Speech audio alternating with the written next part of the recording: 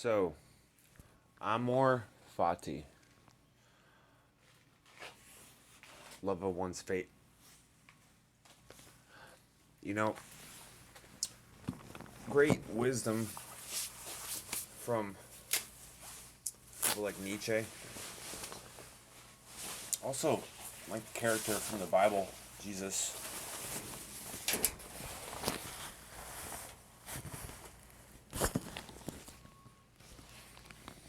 Amor fati.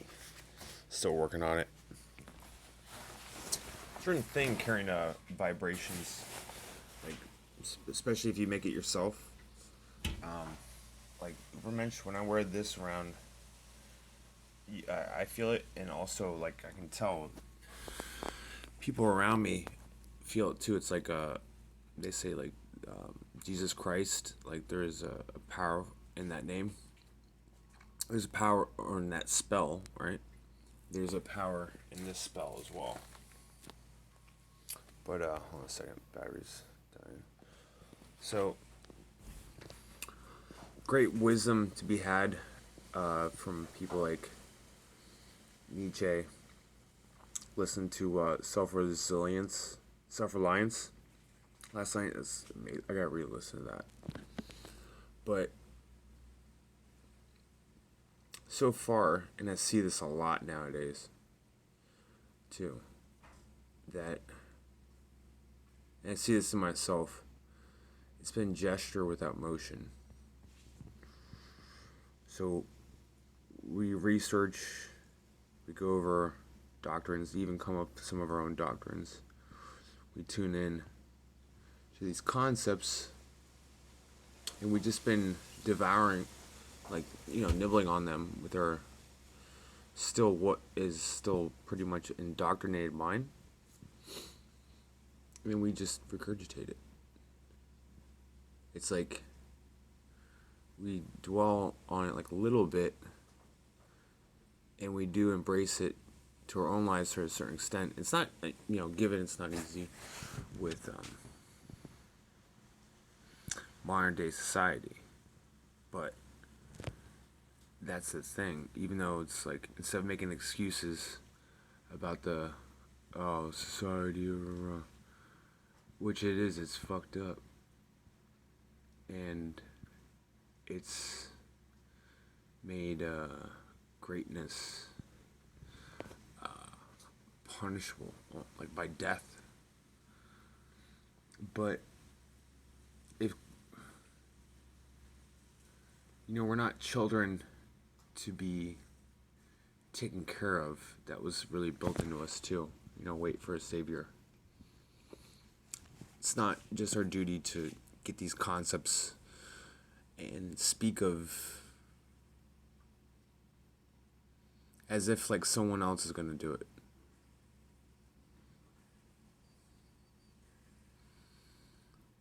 As if it's like a noble thing to understand concepts but not really embrace it every moment, just talking about it. And it sounds nice. And it's like, oh, yeah. But we're not doing fundamental, we're not like living it, And so much, like, I see it like a lot of the spiritual teachers, they'll preach things like, know thyself and all that stuff. But the doctrines that they get that from, they're still just staying to those doctrines. Like, it doesn't matter if it's this kind of teaching or that kind of teaching, different types of people, they'll say know thyself, but then they still maintain, like, forgiveness is always a good thing. I'm not saying don't forgive, I'm just saying that, like, no, that's not knowing thyself. And thyself changes. Sometimes you should forgive, sometimes you shouldn't. It depends on you. And we're just basically dilly-dallying around with our minds, just kind of looking at concepts, but not really living them yet. And amor fati, love of fate, it's a love for one's life. and embracing it, no matter how, and embracing all of it. This world is fucking twisted shit, but see, embrace it, and not just like talk. Live it. Live this world like one of many things is it's fucked up, man. Right? It's anti individuality and all that shit. Um, it's anti greatness. But if your greatness, if you are, if you speak of that, you know of what real greatness is, then it should be able to shine through no matter what. And even if it doesn't shine, it doesn't seem like anyone has seen it or everyone's condemning you for it. Do it anyways. Amor fati. Live it. Breathe it. Put yourself out on the line. Every moment. Like, don't just speak it. Live it. Every moment. Every breath you take, be who you really are. Unapologetically.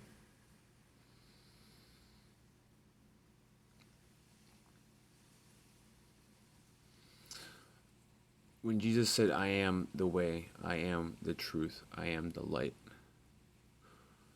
that he's not, that character, what's saying is like not saying, okay, there was like the old establishment of the character Jesus, the Old Testament, and then he's the adversary. The Christ character is the biggest adversary over even the devil. And then the character, what it's trying to say is not, okay, now that I reestablished, that I broke up this establishment and I went against it, and now I am now the new establishment. That's not what he's saying. What it's saying is get to the point. You are a star hidden underneath everything in the world compiled over you, and tries to continue and will continue to pile over you. You are a star. And get in touch with that star and say, I am the way. I am the truth. I am the light.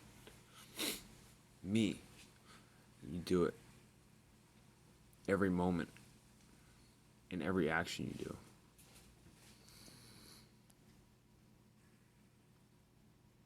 It doesn't matter if everyone calls you crazy. And when you do such things, you're able to command everything. Because it's like you're the only person on earth. Everyone else is just somewhat there. But you're willing to go out into the darkness by yourself, because you're going to be by yourself anyways, and be like, I don't care. I'm going to actually live it, instead of just gesture without motion.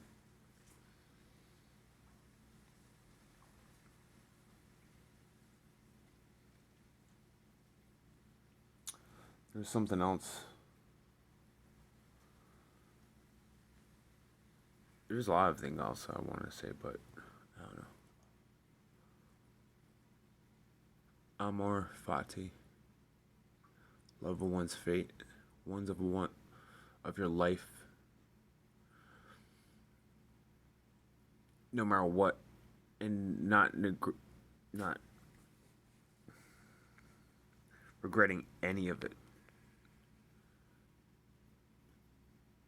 And people regret so much. And it's just to dispower them from to disconnect them from themselves.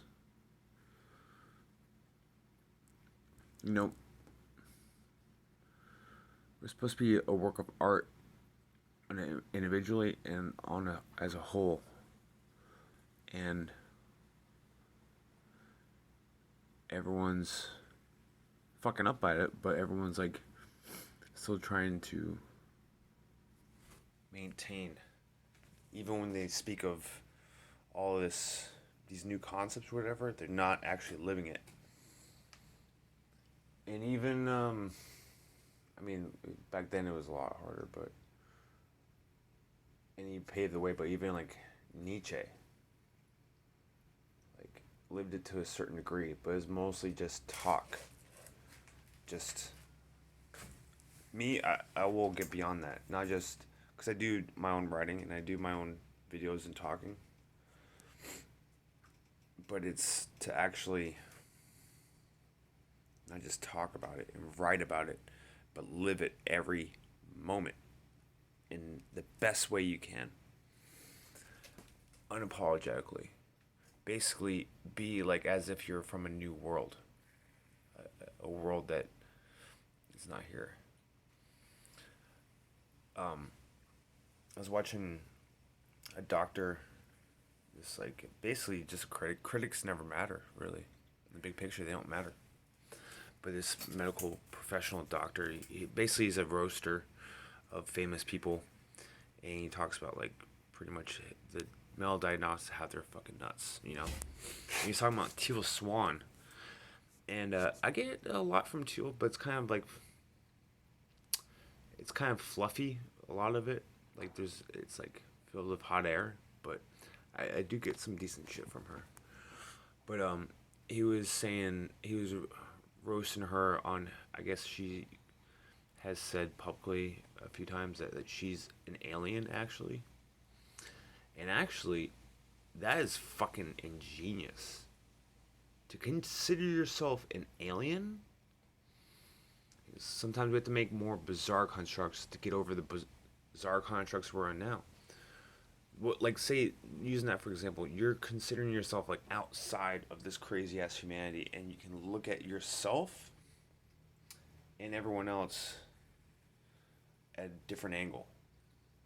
You're still gonna see it like at the human angle because that's you're in this setting. But to consider yourself